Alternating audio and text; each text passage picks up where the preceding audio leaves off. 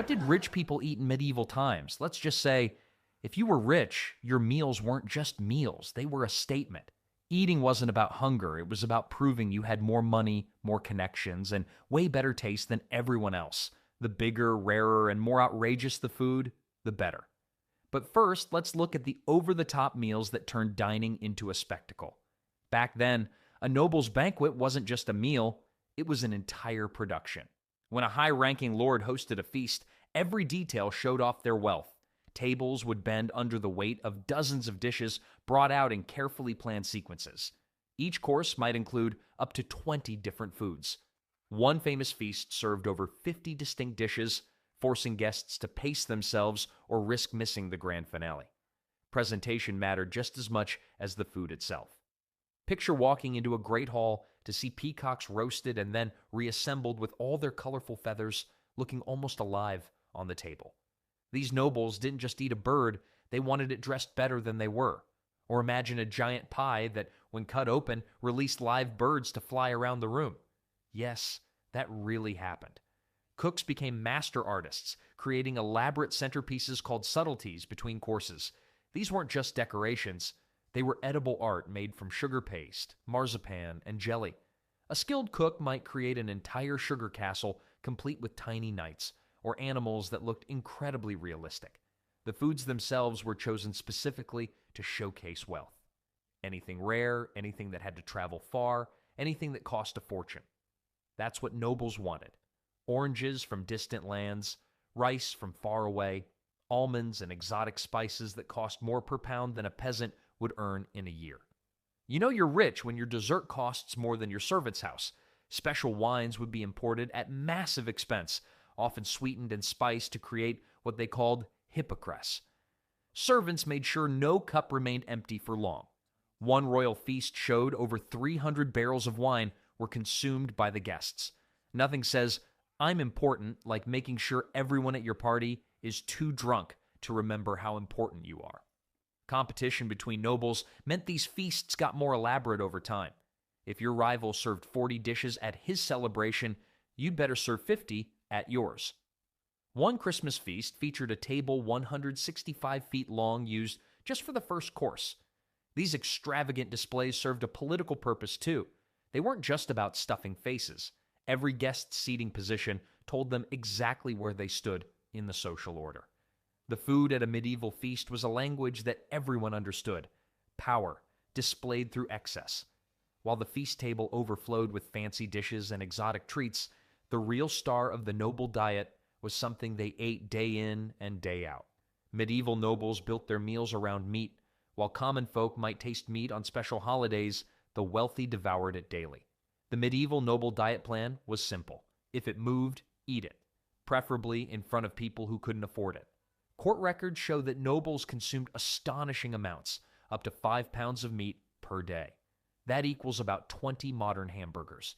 In just 3 months, a wealthy lord would eat roughly his own body weight in animal flesh. One duke reportedly consumed 6 entire swans during a 12-day feast, along with countless other meats. The variety of meats at noble tables went far beyond what we eat today. Beef, pork, and chicken? Those were everyday fare. The elite hunted for tastier game, deer, wild boar, and hare. These animals weren't just food, but symbols of status that showed off both hunting skill and land ownership. Castle kitchens often employed specialized cooks just for game meats, with their own prep areas and equipment. Not everyone could hunt as they pleased. Laws strictly protected certain animals, especially deer, in royal forests. The penalties for poaching were brutal, from losing a hand to losing your life. Medieval game wardens didn't just give you a ticket, they gave you a permanent disability. For truly special occasions, the rarest meats appeared.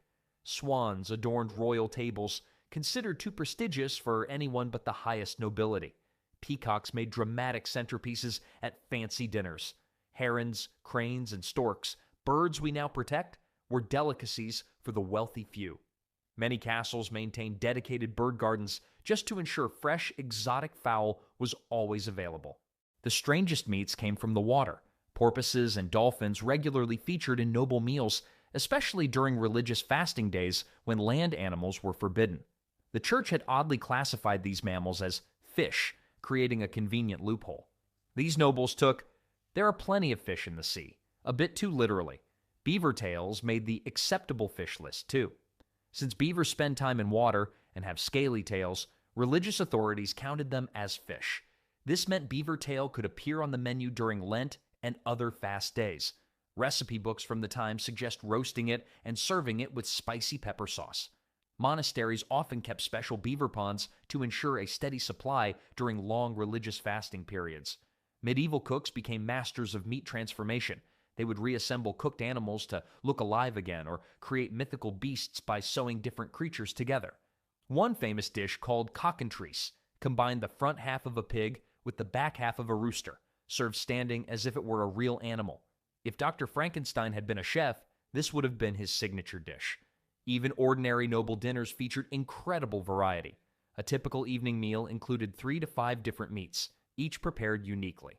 Castle kitchen records list dinners with 12 different meat dishes served at once. The most skilled servants could identify a lord's status just by counting the meat varieties on their table. This meat obsession had a medical excuse too. The health theories of the time claimed that different foods suited different social classes.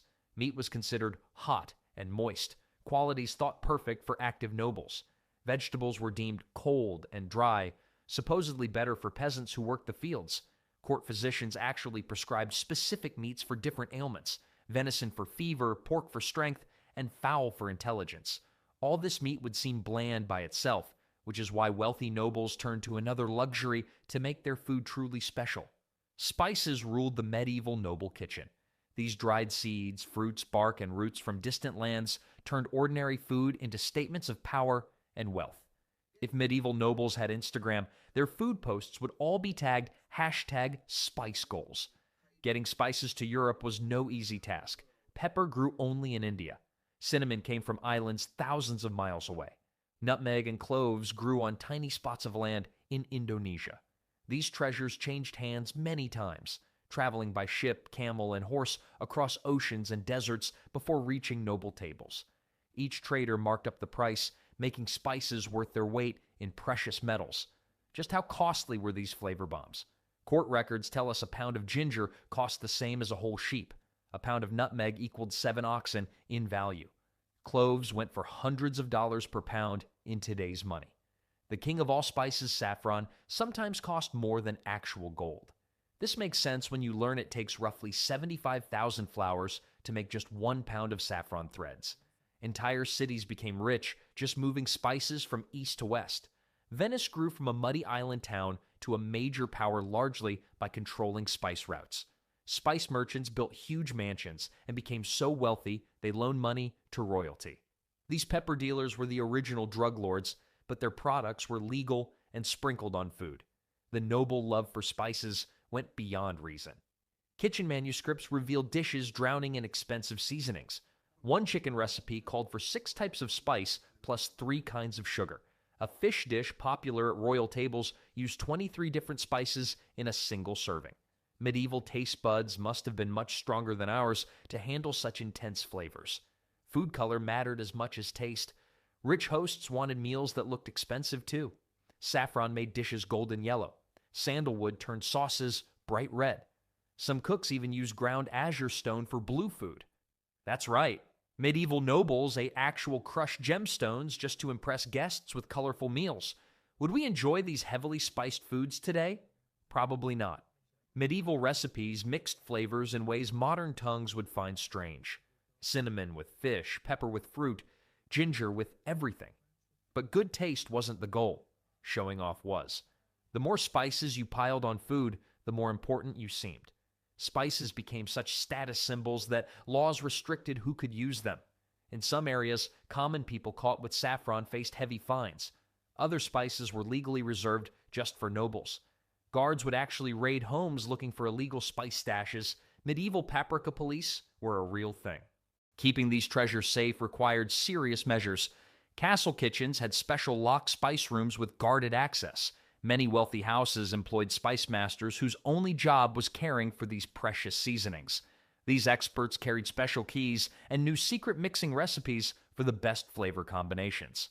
While these exotic seasonings dominated the noble dinner table and emptied royal treasuries, they were just one part of the elaborate food system that separated the haves from the have-nots in medieval society. The next essential element of noble dining was equally important for showing status, though it came in a very different form. Bread wasn't just food in medieval times, it was a social identifier that instantly revealed your rank. Medieval bread was basically the original class ID card, except you could eat it. The finest bread, called manchet, was reserved for nobility. Made from wheat flour sifted multiple times through linen cloths, manchet was prized for its white color. Each sifting removed more bran and germ, wasting about 30% of the grain. Rich people literally threw away food to make their bread look prettier. Medieval influencer culture at its finest. A lord received white manchet loaves, while servants got darker, cheap bread. Court bakers followed exact rules about who deserved which type. Breaking these bread protocols could result in punishment. Bread was serious business. The middle classes ate maslin, a mix of wheat and rye flours that produced a light brown loaf. Less expensive than manchet, but still respectable, maslin was the bread of merchants and skilled workers. It was the medieval equivalent of driving a sensible mid-range sedan. Not flashy, but you weren't embarrassed to be seen with it. Poor people's bread was dark, dense, and often mixed with fillers. During hard times, peasants added ground peas, beans, acorns, or even sawdust to stretch their dough. In famines, tree bark might find its way into the mix. These loaves were heavy and sometimes dangerous. Rye could develop ergot fungus, causing hallucinations or death. Nothing says tough times like bread that might kill you or make you see dragons. One clever use of bread was as an edible plate called a trencher.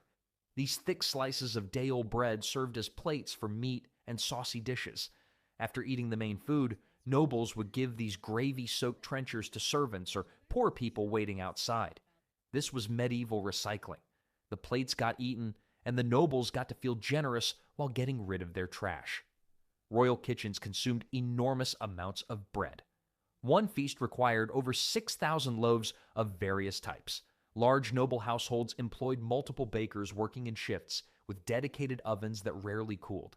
Some noble estates spent more on bread than they did on the salaries of all their guards combined.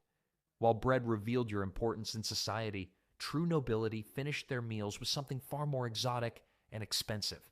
Sugar was the medieval equivalent of flashing a platinum credit card.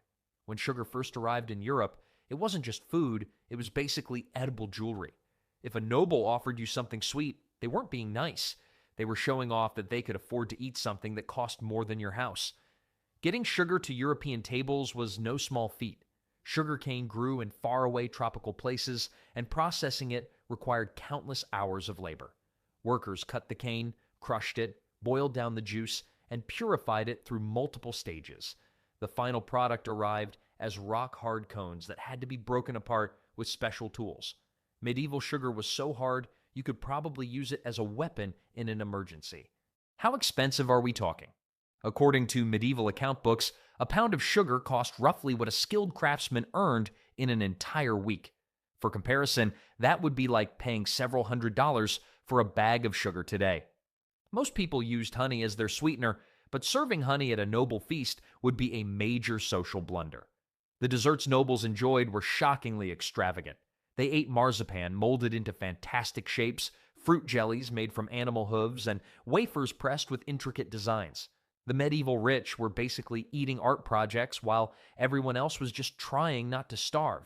The crown jewel of sweet displays was the subtlety.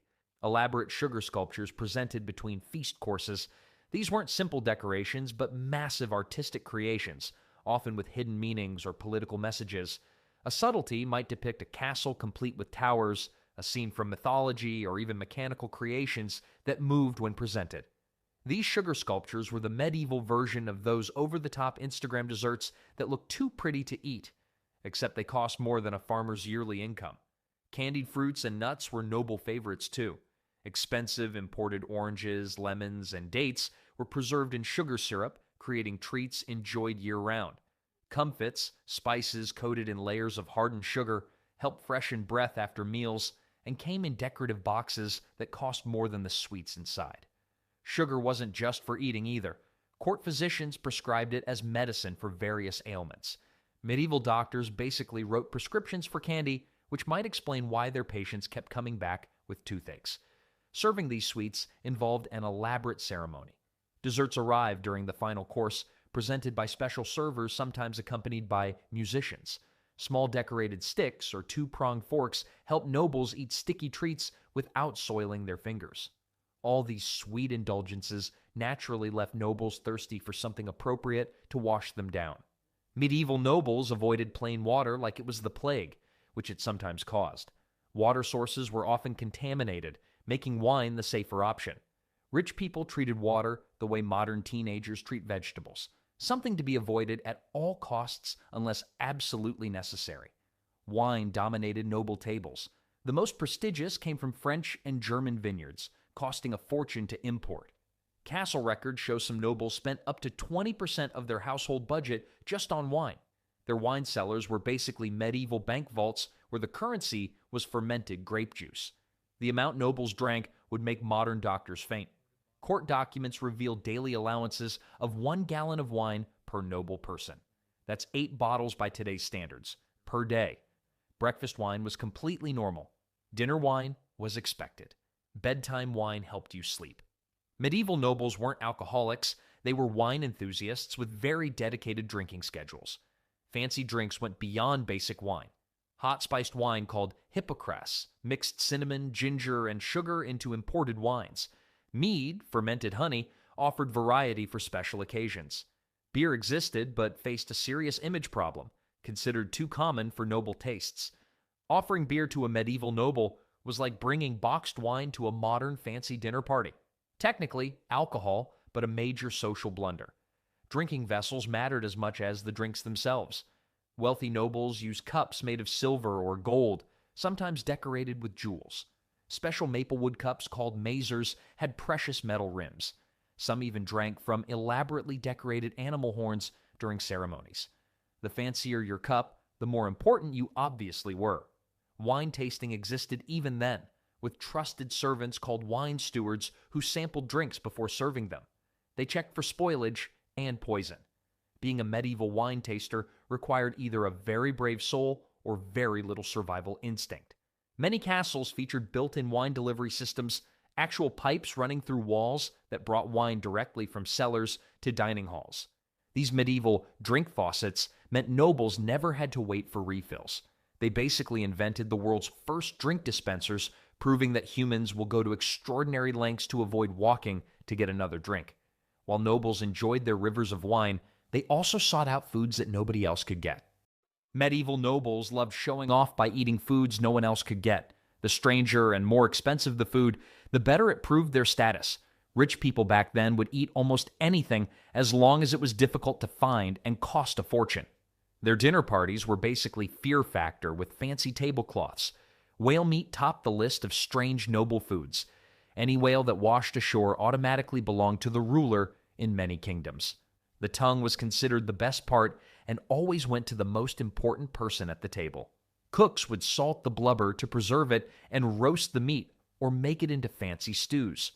Nothing said, "I'm important," quite like eating an endangered species that could swallow your entire fishing fleet. Sea mammals like porpoises and dolphins regularly appeared at noble feasts. Religious rules allowed these animals on fasting days because they lived in water, even though they breathed air. Account books from castles show porpoise meat cost 40 times more than regular fish. When a noble told you they were fasting, it meant they were only eating dolphins instead of deer. Such sacrifice. Medieval dietary restrictions had more loopholes than tax laws. Tiny birds made surprisingly popular noble meals. Larks, thrushes, and finches were caught, roasted, and served by the dozen. Eating these tiny birds proved wealth because someone had to spend all day catching enough for just one meal. Some dishes required 60 small birds at once. Imagine spending all day chasing tiny birds just so your lord could get one mouthful per bird. Job security was terrible, but cardio opportunities were excellent. The strangest bird on noble menus was the barnacle goose. These geese bred in such far northern places that no one saw them nesting or laying eggs. This created a weird belief that these birds actually grew from barnacles stuck on floating wood. This mistaken idea let nobles eat them during religious fasting periods when most meats were forbidden. Medieval menu loophole. If you can make up a fish-related backstory for your food, you can eat it on Fridays. This is why no one trusted a hungry noble with a good imagination. Even ice counted as a luxury food. Rich households built special underground storage areas where winter ice could be kept for months under layers of straw. Summer guests would be amazed by chilled drinks and frozen treats. Medieval nobility invented refrigeration not for medicine or food safety, but because room temperature wine was apparently a fate worse than plague. Foods from far away proved a noble had trading connections. Rice traveled from distant eastern lands. Citrus fruits came from Mediterranean regions. Dates, figs, and pomegranates journeyed weeks or months to reach northern dinner tables. Fruits arrived so overripe that guests needed to be genuinely wealthy to afford the dental work after biting into what was essentially fermented fruit leather. Many common vegetables were actually avoided by the wealthy. Turnips, carrots, and other root vegetables were seen as poor people's food. Nobles eating too many vegetables might be mocked for having cheap tastes. Medieval nobles were the original picky eaters, turning up their noses at perfectly good carrots while happily munching on whale blubber and barnacle birds. Some of the most expensive noble foods were believed to have magical powers. What they called unicorn horn, actually the tusk of a narwhal, was ground into powder and eaten as medicine by the super rich. Ambergris, a waxy substance from whale digestive systems, flavored noble foods despite its bizarre origin. Yes, the fanciest medieval nobles literally paid top gold to eat whale vomit and narwhal tusks, and they thought peasant food was gross. Through these strange and exotic food choices, medieval nobles created clear boundaries between themselves and ordinary people. Their unusual eating habits weren't just about taste, they were a powerful way to show status that everyone understood without a word being spoken.